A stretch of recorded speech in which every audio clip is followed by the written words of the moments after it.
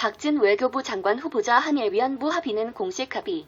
피해자의 명예와 존엄 회복 위해 한일 양국이 같이 노력해야. 윤석열 정부의 외교부 장관 후보에 오른 박진 전 의원이 박근혜 정부 시절인 지난 2015년 한일 양국 간에 맺어진 위안부 합의가 공식적인 것임을 확인했다.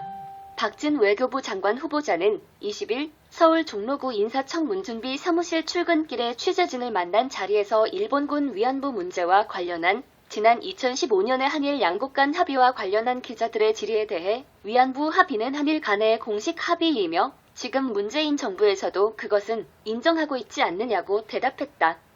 박 후보자는 그러면서도 가장 중요한 것은 피해자의 명예와 존엄을 회복하기 위해 한일이 같이 노력할 필요가 있다고 덧붙였다.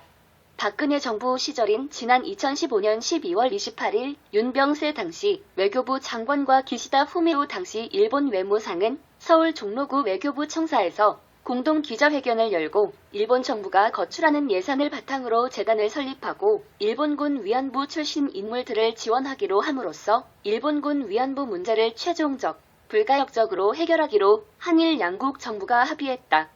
이를 위안부 합의라고 한다. 당시 우리 정부는 이에 대한 대응 조치로 서울 종로구 옛 일본 대사관 맞은편에 설치된 일본군 위안부 동상을 철거하기로 일본 측에 약속했다. 하지만 그로부터 2년이 지난 2017년 12월 28일 문재인 대통령은 한일 위안부 합의 검토 태스크포스 조사 결과에 대한 입장문을 통해 2015년 한일 양국 정부 간 위안부 협상은 절차적으로나 내용적으로나 중대한 흥결이 있었음이 확인됐다며 정부 간 공식적인 약속이라는 부담에도 불구하고 나는 대통령으로서 국민과 함께 이 합의로 위안부 문제가 해결될 수 없다는 점을 다시금 분명히 밝힌다고 밝혔다.